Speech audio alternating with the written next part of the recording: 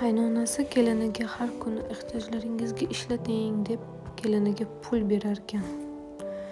Kelini esa har kungi pulini tiyinigacha tejar ekan. Bir kuni qaynonasi ataylab stol ustiga 500 ming so'm qo'yib chiqib ketibdi.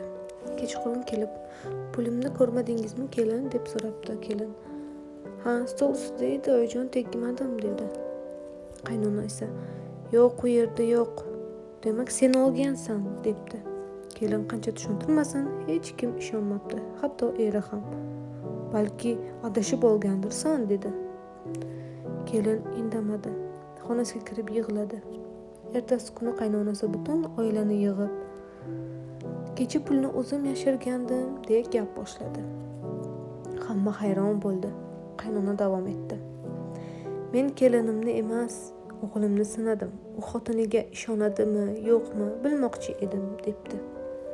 Uyda chuqur sukut cho'kdi. Hamma jim bo'lib qarab qopti.